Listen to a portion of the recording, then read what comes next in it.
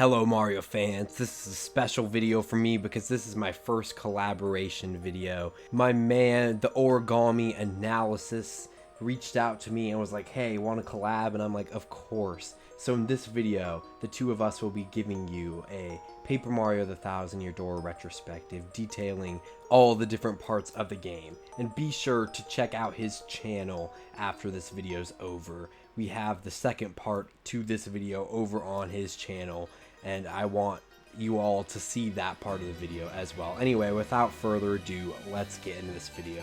Alright, the first part of this video is going to be about the world and the setting. I'm going to give the mic over to the Origami Analysis to talk about this one. The most important part of any story is the premise upon which it is founded. Some stories are fundamentally doomed from their very inception. The moment that Sticker Star introduced a sticker common in the Royal Stickers, it had lost the opportunity to be anything more than a bland, recycled, cobbled together ball of bad ideas and pointless game design, kept afloat only by its association with its far superior predecessors. Others, however, have a great premise and are dragged to the pits of tedium by their lackluster execution. Paper Jam had all the makings of a truly fantastic game, but its mind-numbing script ruined any chance it had at being replayable. Thousand-Year Door is set in Rogueport, a thieving trade town rife with scum and villainy. It's a vibrant town, with a rich story and dynamic exploration. If there is one negative to be said about the hub world, it is that it lacks cohesion. Most of the locations are warped to, which limits the connectivity of the world. On the bright side, it is a level-based system, which at the very least allows for some exploration. The worlds themselves have plentiful secrets, and have a good mini-story to go along with them. The Glitz Pit is a high-end fighting arena plagued by criminal schemes lurking in its shadows. It is possibly the greatest chapter in this game, with excellent fights, great exploration, and a unique story where Mario has to fight his way to the top of a gladiator arena while trying to uncover the dark truth behind the disappearance of the fighters. It culminates in an excellent and challenging boss fight, ending a spectacular moment in this incredible game. Keyhole Key, on the other hand, is similarly great, but for entirely different reasons. The island exudes an air of mysticism and intrigue. The story is, on paper, merely a treasure hunt, but the characters make this adventure both endearing and dynamic. The puzzles are some of the best in this game, and the elaborate caverns allowed for many intricately placed puzzle secrets, making Chapter 5 easily the most elaborate in the game. Despite the phenomenal quality of most chapters, some sadly fall flat in execution. Chapter 4 is its own can of worms that will be opened later, but for now, I will draw your attention to Chapter 6. Now, the Excess Express is fun. It's an enjoyable time through an elaborate mystery with just the right amount of intrigue and deception. The problem, needlessly dragging it down, however, is the rudimentary structure. The chapter feels like it was built upon the premise of being a parody of the Orient Express, but the problem is that the mystery is over far too quickly. The rest of this chapter is at the train station, which feels as though it was added only for the sake of padding. Ultimately, it is a fun chapter. I just wish it leaned harder into the original concept instead of abandoning it halfway through. The worlds in the Thousand-Year Door are all unique and dynamic, with plenty of secrets, puzzles, and lore to discover. They are the cornerstone of the game, and they stand the test of time to this day. Alright, I'm going to be talking about the story and the characters in the Thousand-Year Door. Thousand-Year Door starts with a beautiful storybook that starts off the plot with an intriguing look at the world and at the first location of the game, Rogueport. While it may not start as bombastically as Color Splash or the Origami King, or even Super Paper Mario, it opens effectively, setting the tone for the incredible adventure ahead. After reading a letter from Peach, which details a mystical treasure map, you arrive in Rogueport, where the action instantly commences as you run into Goombella, a young archaeologist girl who is being attacked by the X-Nauts, the main villains of the game.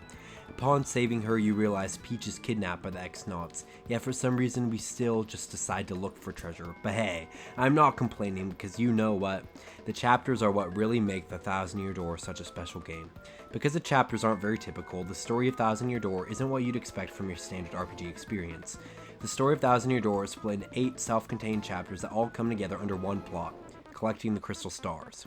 From exploring a grassland and a castle with a tyrannical dragon, to an ethereal forest taken over by the X-Nauts, from a fighting ring in the sky full of mystery and intrigue to a dark forest taken where everyone is turned into pigs. From a deserted island where you get to encounter such people as Flavio and take down a pirate legend to a train filled with mystery. From an X-Naut based on the moon to the eponymous Thousand-Year Door itself, this game whisks you away on a whimsical journey of fun and finesse.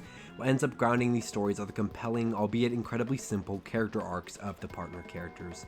There's Goombella, an archaeologist that sets out to help Mario discover these treasures.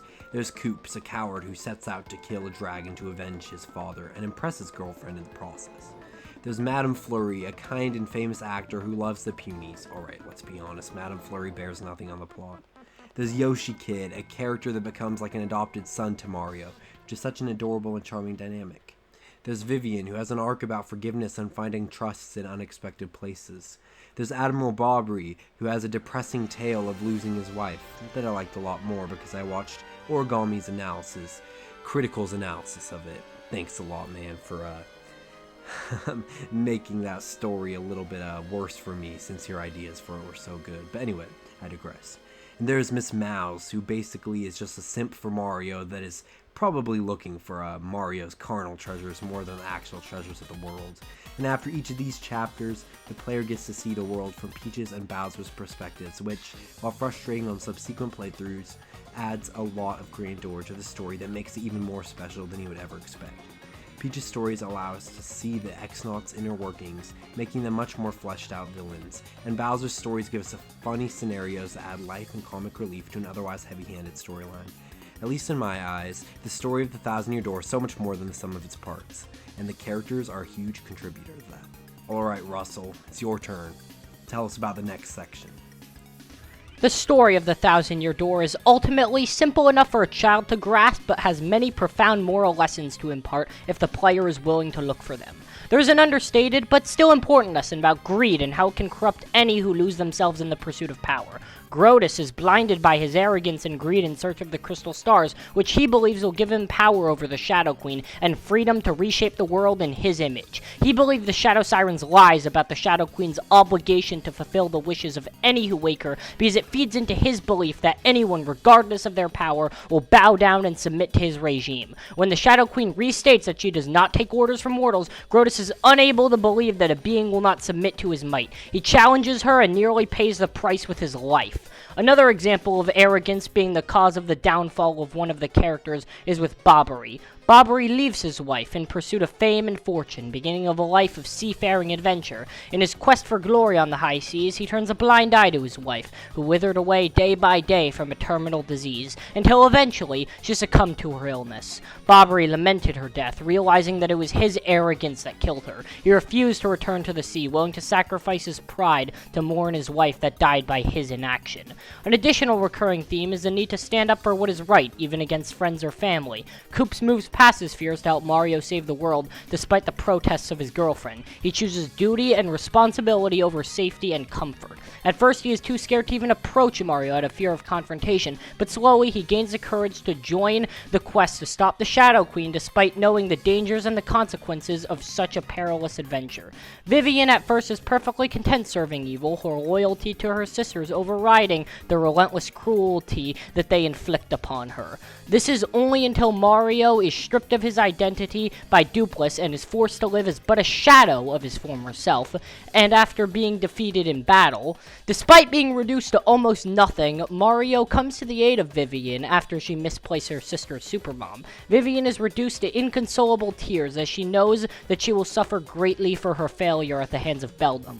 Mario, despite all the pain that the Shadow Sirens have caused him over the adventure, forgoes the quest for his identity completely to help out someone in need. The moral is clear: help those who can't help themselves, even if they have wronged you in the past. After a selfless act, Vivian follows Mario in his quest, for the first time out of true loyalty instead of blind trust. The story emphasizes the crucial fact that, while loyalty to family is important, trust should ultimately lie with those who have earned it.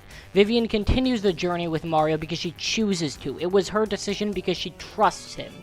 The use of the X-Nauts and the other Shadow Sirens serves to highlight the two different types of blind faith a person can fall to. The first is familial loyalty. This is a mostly good quality to have. However, like all blind devotions, it can become abusive and inescapable if one does not stop to question it. Family is intrinsically linked to everyday life, and saying no to those you love most is a difficult challenge not all can surmount. The other type of blind trust present in the Thousand-Year Door is adoration of the regime. This is another cautionary tale, this time highlighted by the X-Nauts and their culture. The X-Nauts are a classic allegory for the total conformity and oppression of modern dictatorships. Think Nazi Germany or the Soviet Union. Just as blind trust in family is dangerous, so too is undying support for an organization. It can manipulate you into doing its bidding, and once it has finished selling you for all that you're worth, it leaves you a desecrated husk in the void of oblivion to rot away in irrelevance. Blind loyalty, no matter the form or the entity to which it is given, is a deeply negative quality, one which is examined thoroughly in the story.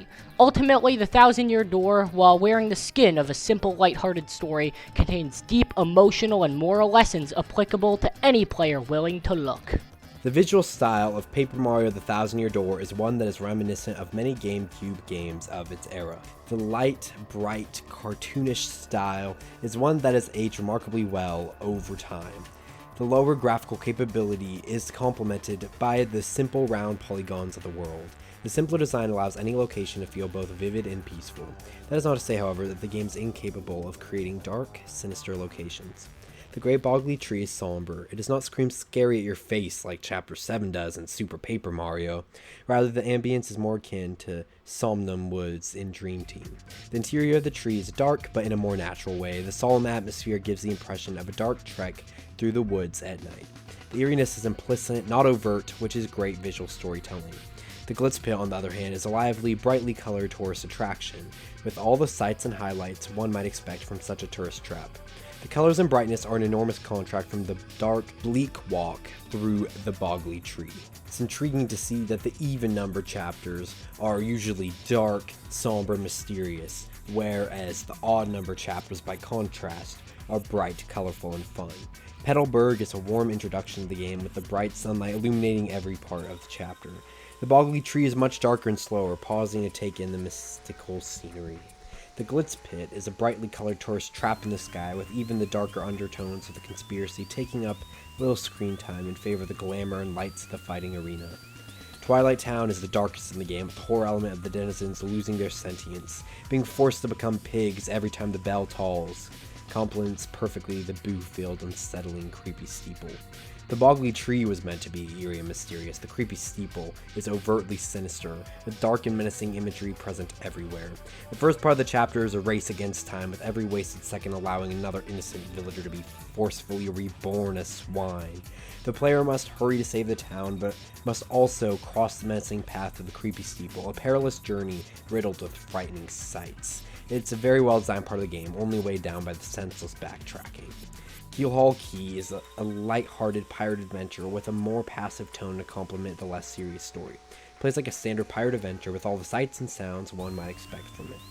The XS Express bears the skin of a luxury train on a beautiful journey, but in fact it is a sinister ride through menacing mystery, followed by an unsettling trek through a haunted train station. Being a direct parody of the tale of the Orient Express, the chapter plays like a typical murder mystery movie. There's the exposition, which is Mario boarding the train.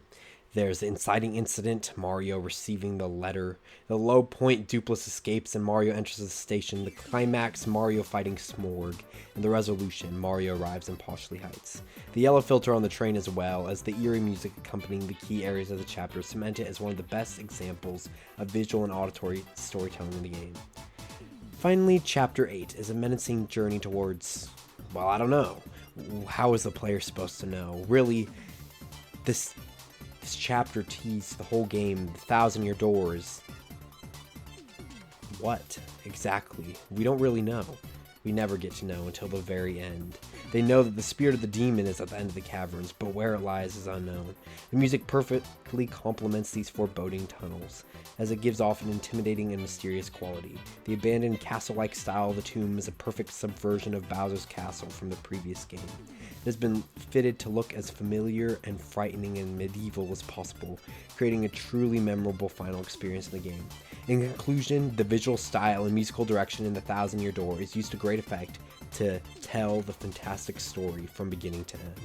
Thank you all for checking out this video. Please be sure to check out the second part of this video over on the Origami Analysis channel. He's awesome. Thanks again for the collaboration, and please be sure to check out that part 2. He deserves the love just as much as me, as we both spent an equal amount of time on this project. Thank you all for watching this video, and have a fantastic day, Mario fans, and I'll see you in the next video.